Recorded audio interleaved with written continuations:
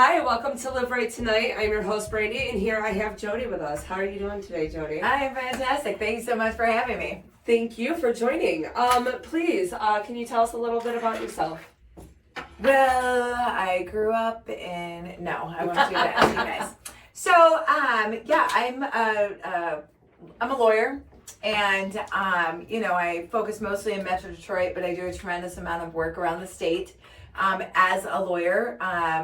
So I'm previously a judge, and I ran treatment courts and super involved in the whole national treatment court scene, especially sobriety court, drug court, veterans treatment court, things of that nature.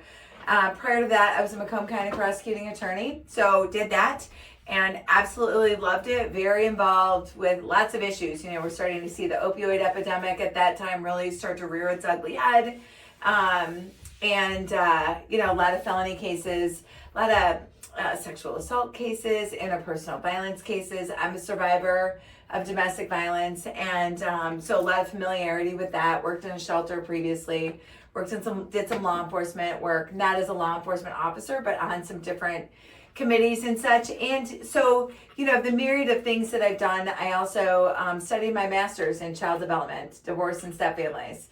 Nice. And I come from a family that suffers from the disease of addiction and, probably some underlying mental health issues too, right? Right. And so, that's a little bit about me. I've got, a couple of great kids and an amazing husband, and life is good. It's busy, but it's good. I was going to say, how do you juggle all that, being married and with kids and everything? Same way everybody else juggles it, right? Every once in a while you drop a ball and you pick it up and you get back on the horse. So, I guess I should also say I do a fair amount of public speaking, and I do that nationally. I've been to Europe a couple of times. Oh, wow. To speak nationally for some big companies, and I also do consulting with businesses and medical and dental and things of that nature. I help them. I copyrighted controlled substance agreements, so how people can mitigate substance abuse when they're prescribing, and then they also mitigate their risks. You're like a jack of all trades over here. I dove into this, and it's part of the reason why I left the bench, why I stopped being a judge, because the demand for the consulting and the speaking grew so much, and I found that to be so tremendously rewarding, and I could just do more.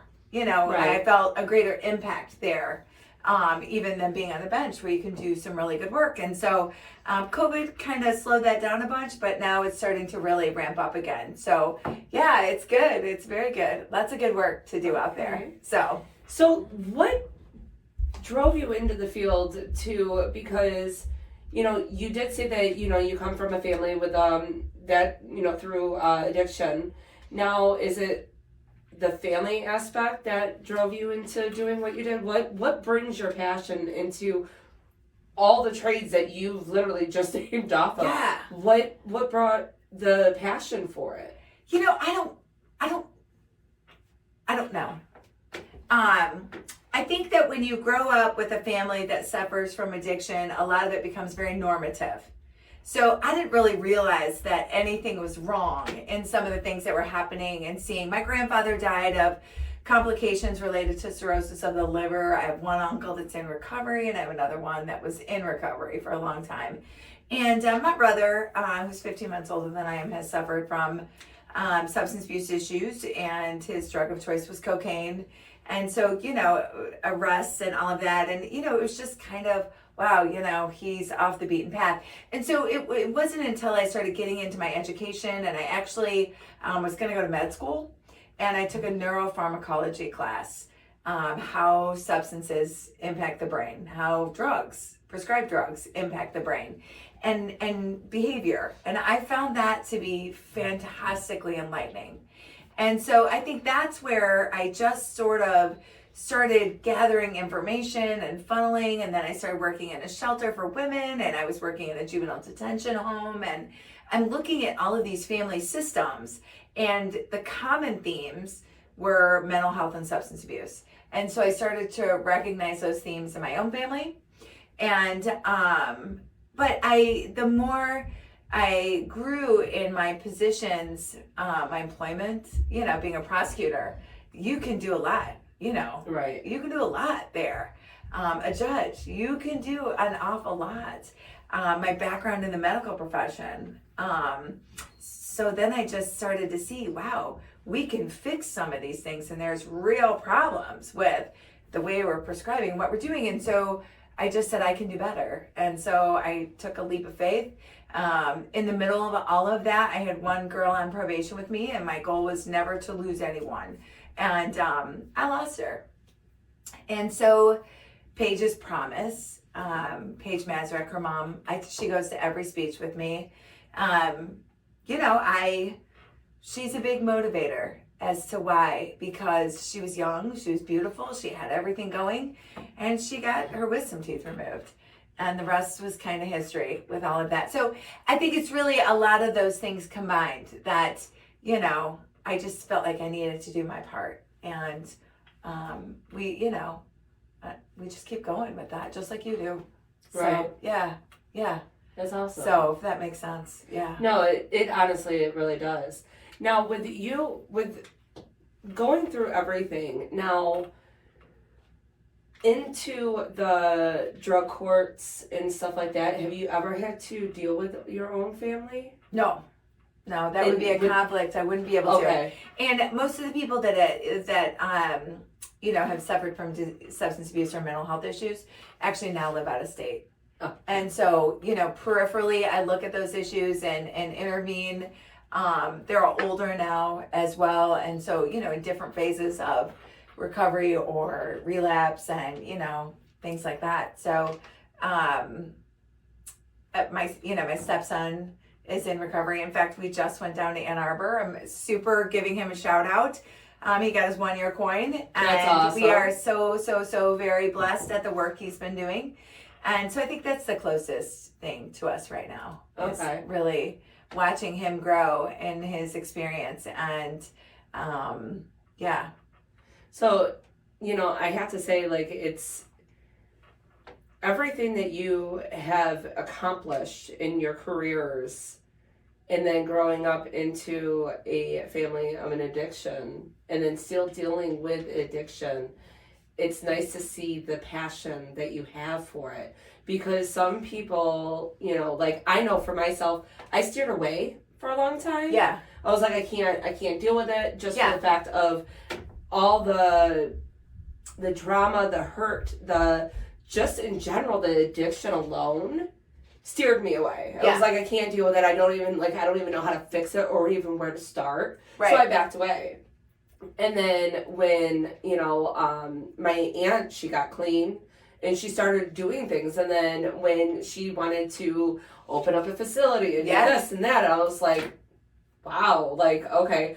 Because in my eyes, it was like, all right, you're just going to go to a meeting. Well, that's what bothered her was, I don't want to just go to a meeting. Right. I want somewhere where you have somewhere to go, somewhere that you can just go to when you don't feel safe. Yeah. And, and it was just like, just watching her throughout the years growing and just achieving all of it. And it was just like, oh, wow, and then, I worked in the bar industry for so long, and then turning around and I was like, I want out of it. I'm drained. I'm drained of doing it. And then when I stepped in here, and it was just like, I didn't realize that I actually have a passion. Yeah. And, and podcasting was really my passion. I was like, and I never knew it. And I was like, wow. Because of hearing stories like yourself and other individuals that have, that went, into the addiction, and listening to their stories of how far they went and to ODing, to, all this trauma and tribulation, and coming out and just listening to I got these, umpteen years, or, just even 5-6 years. It's it's amazing. And then just being able to hear that. It's nice because like I said, I was on the other side of I didn't know where a passion of mine was. And to sit there and see that there, on my end, it's okay, there's more that I know I can do. And to hear you sit there and say I went through all that, but then I found this as a passion. Well, I think everybody needs to step back when you need to, I think we all need to know at times we need a little respite on our own. Right.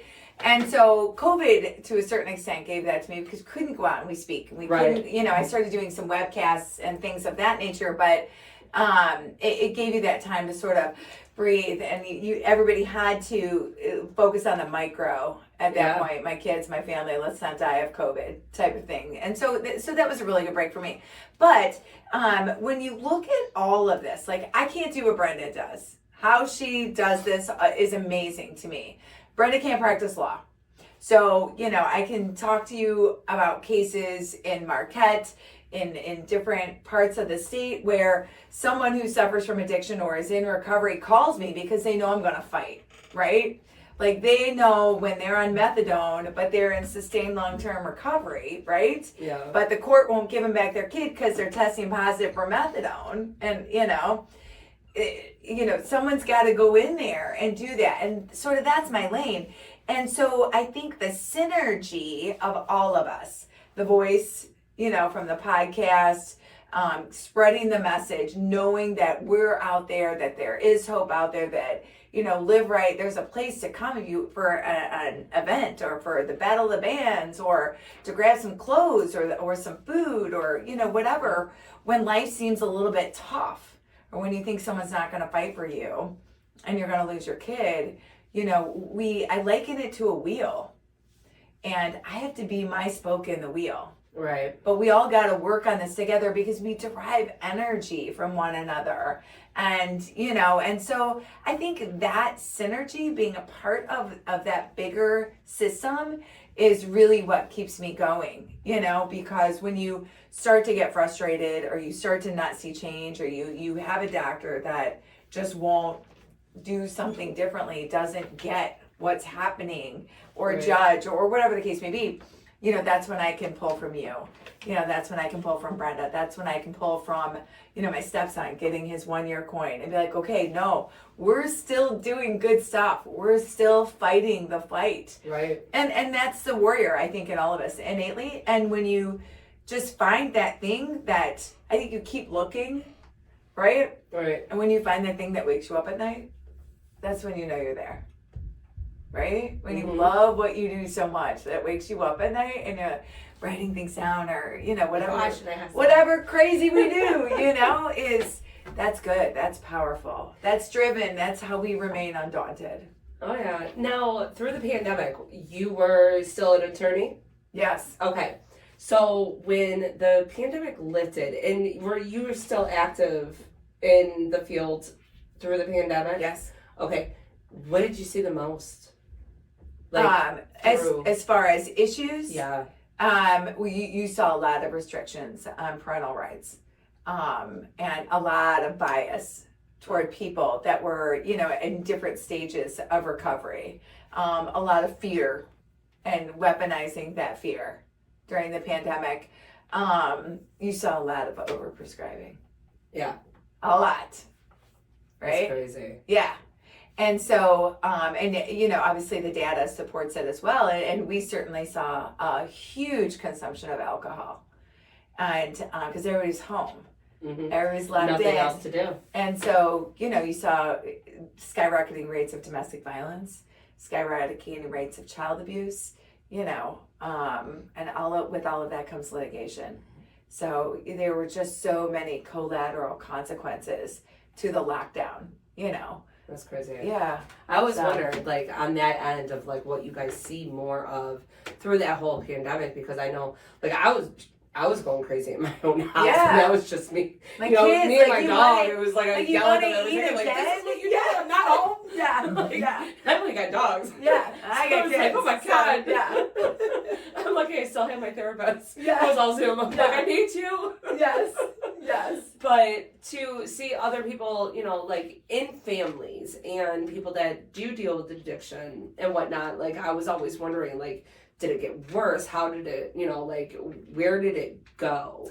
We actually saw dramatically high rates of opioid overdose during that time. I mean, we broke into the 100,000 range. Wow. In 2020, 2021, 22, and things of that nature. And so part of that was because you couldn't get into your doctor, and you couldn't get telehealth, and all of that. And so they were prescribing increased quantities, and then they released some of the Suboxone restrictions. And so we were selling more Suboxone, and Suboxone is a street drug as well.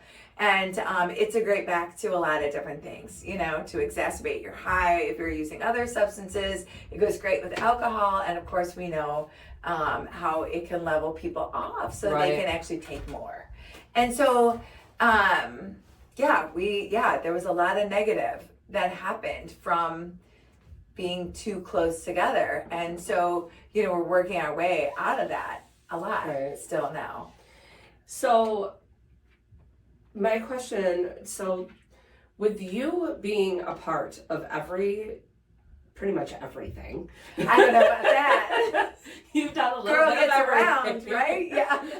Y'all can agree. She's a little bit of everything. With all that, now, what do you think that we need help with the most? Mental health. Especially like in Macomb County, because, you know, that is one thing I keep asking, and what we could do more of. And for you being in all these different fields, and we're trying, you know, I know here at Live Right, we're doing our best. You know, we're getting we're starting the CCAR now. Yep. Again, doing that program for the mental health, peer recovery coaches and whatnot. And for, you know, we can only do so much because they have to want to be here. Yeah.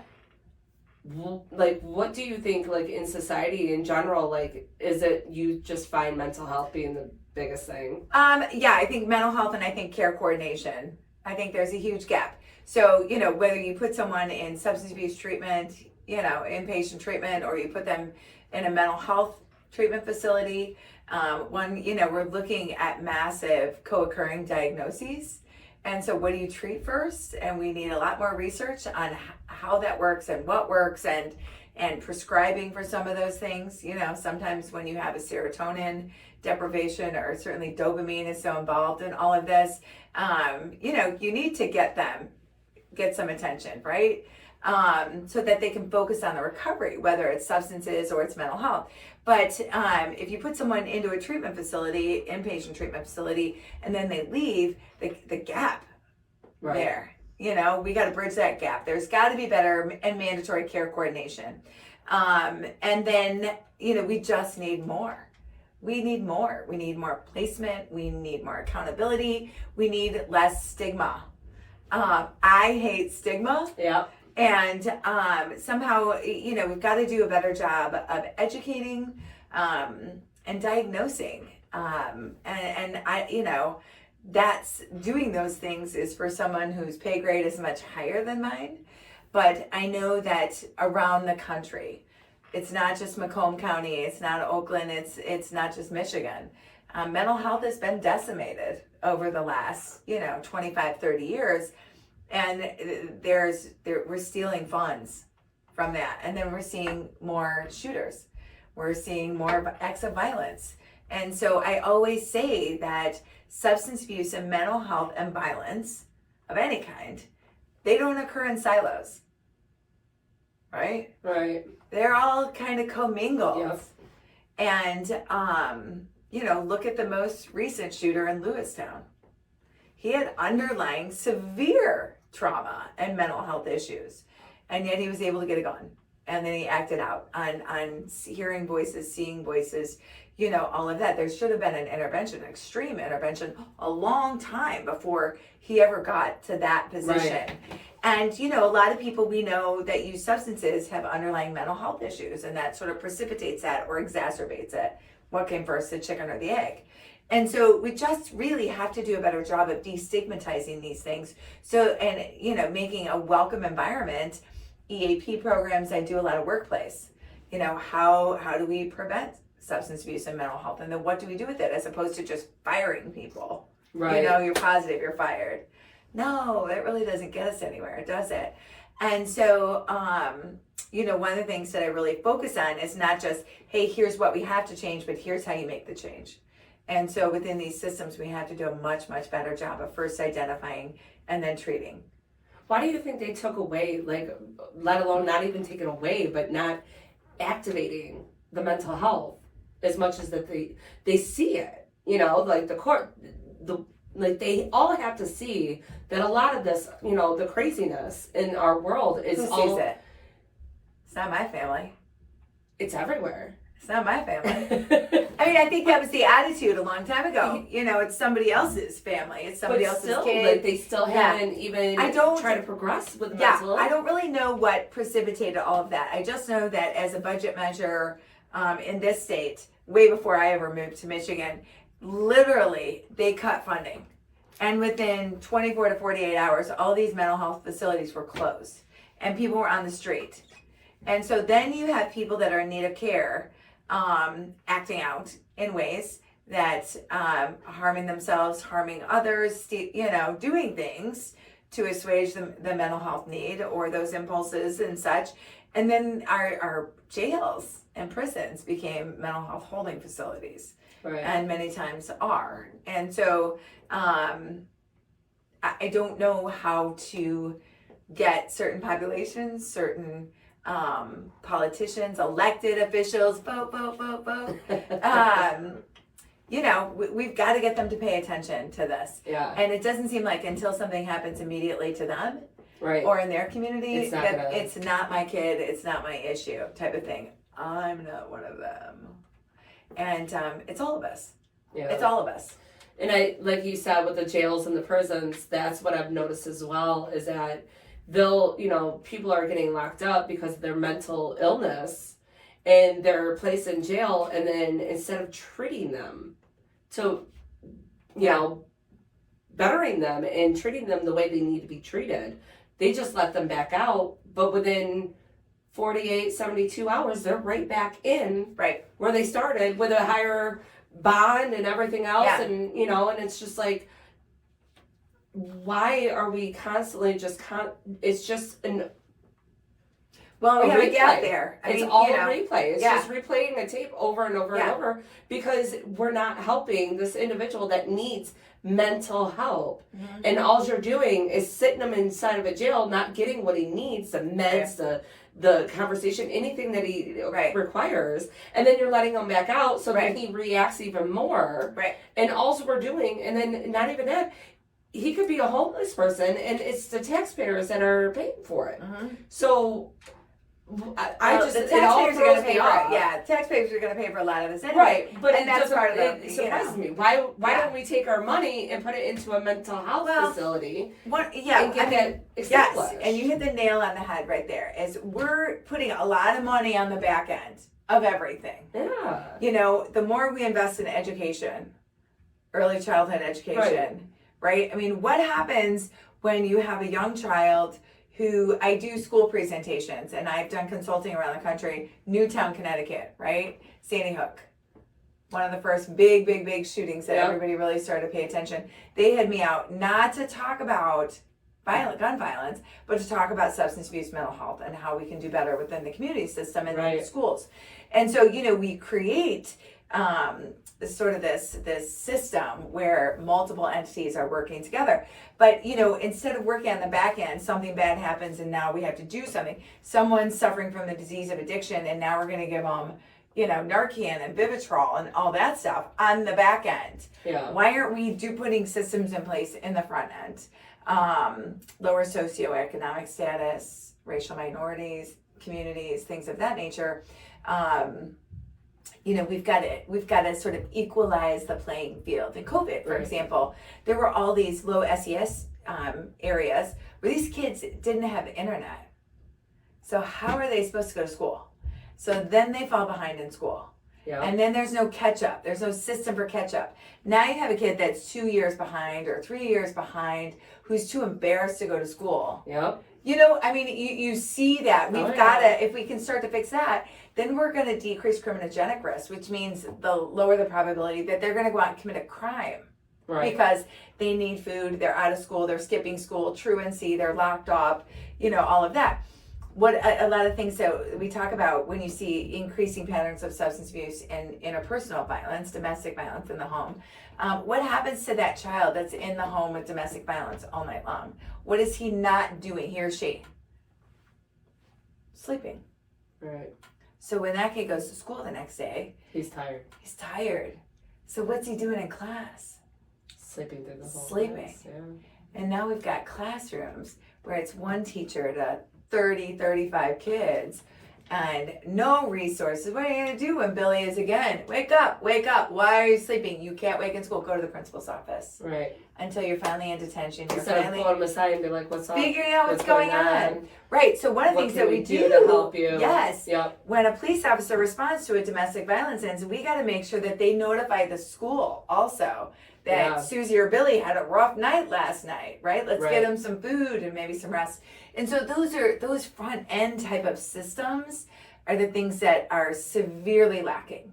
That's part of the reason why I ran for prosecutor, right? Because I'm like, I know how to put this stuff in place. Let's get this stuff put in place, right? That didn't work out. So we shifted and we go a different direction. But all of that is still available to us, and it's happening out there in other places. And I like front end work. Lots of great back end work happening. Right. I like front end. I like prevention. Pushing the front. Yes. Yes. Yes. Because you're actually seeing it progress and you're seeing it work and knowing that it's working instead of like, okay, what's going on back here? Right. Yeah, I'm the same way. And that's when, you know, like it's coming here and seeing a lot of our issues is mental health. And I've asked multiple, like, you know, I just had Chief of Roseville in here.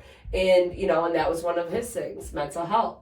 Yeah. And one thing that I made me happy about, you know, and his, you know, in his facility is while they're in academy, they're getting trained for mental health now. Yeah. They're training them for mental health, substance abuse, and everything else along the lines so they can understand how to treat and interact with somebody that they are possibly arresting or that they're getting a call upon to see like where they stand with this individual and how to act upon it. Yeah. Instead of just going in, throwing the handcuffs on them, throwing them in the back of the car, they're now like taking that time and initiative to hear what you have to say and know how to direct the whole situation. And I find that you know awesome because one step closer. Yeah. But we still need more mental health.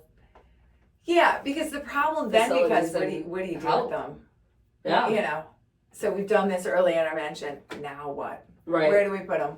What do we do? How do we hold them? How do we help them? How do we get the order for inpatient? And that's the part that sucks because there's nothing to do after you get to that point. Yeah, but it's a great start.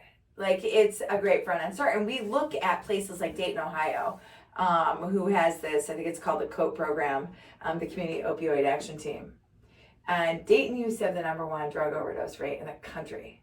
Jesus. And now they're ridiculously far down. They have done such a good job about training first responders and putting social workers and therapists and mental health workers, you know, in a team to respond and follow up and do. So, you know, the reason why I bring this up is because there are models all over the country for this. And we just need to use the case method, right? Copy and steal everything. Right. And put it in place. It's there. Take it, tweak it, make it your own. And so, but all of that requires funding. So we get back to that almighty dollar, right? Yep. But it's coming, and I remain optimistic. I do. I love it. I have to, right? Or we'll all be like, oh. So. Oh, I love it. But no, you have to be, you know, and that's how I look at it is like I have to keep my head that way of stating like we'll get there and continue doing what we're doing. We're, you know, hopefully we'll get there one day where we can actually make a true difference instead of trust me, you're making a difference, right? Your voice today, you know, your advocacy, just your appearance, your strength, your everything, you know, you may not know who you're making a difference for, but you're making a difference and you have to believe in that. And that's why I do the podcasting, because I look at it as, you know, the viewers, you know, it doesn't matter how little or how big their story is. Yeah. At the end of the day, you're still going through the same thing. You're going through mental health and you're going through addiction. Yeah. And, you know, and substance abuse, it doesn't matter who you are, your color, nationality, how big, little you are, it's going to take you one way or another. Mm-hmm. And that's the whole key point of why I do what I do, is because I like to hear the outcome. This is what I did to do better. And that is what I hope for, viewers that are struggling with mental illness and substance abuse, that they're taking that part, the key part of how they did it, the tools they used, and take each individual story from each podcast I've done and create your own. Yes. To make your own, to create it for you so you can become better than what you are today. 100%. Just nibble. And that, and I've done that throughout my whole life. Taking okay, that worked for you, so I'll take that. And that worked for you, I'll take that. And I created me. And it was just like, okay, y'all worked. Y'all don't know it, but y'all worked for me. That's so interesting. When we were, when my stepson was getting his 1-year coin, someone got up there and they were giving their testimonial. It was fantastic. It was incredibly powerful. And it was an open meeting, but he said, I need to know more about how people sustain this now. And it's a super tremendous point. Mm-hmm. And it's just one day at a time, right? Absolutely. Yeah. And I tell people, even if it's one step at a time or one blink at a time. Yes. It's all you got to go. Yes. That moment. Yep. Stay in the moment and keep rolling what you're doing, right? Yep. No, I love that.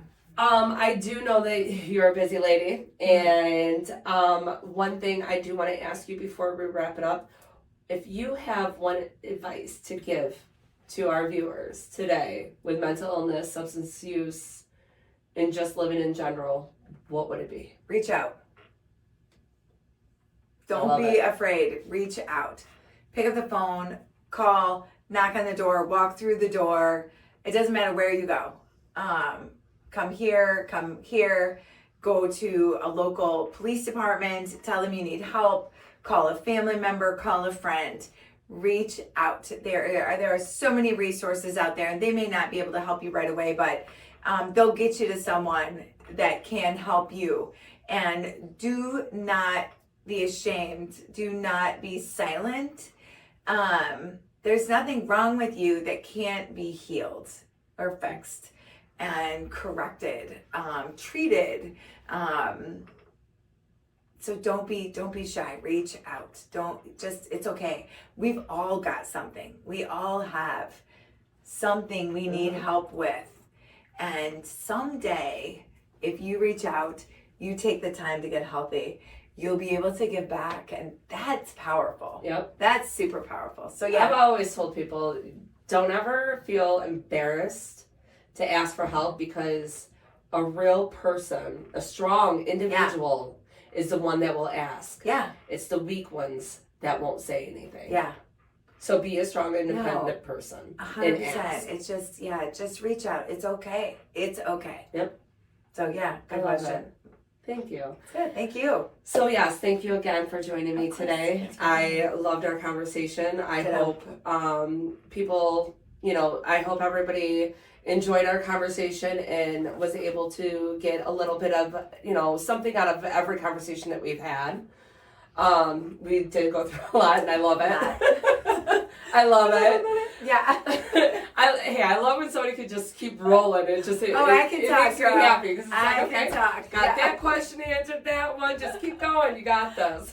That's good. That's but fun. Again, thank you so much for coming, and to everybody else, you all have a blessed day. Thank you.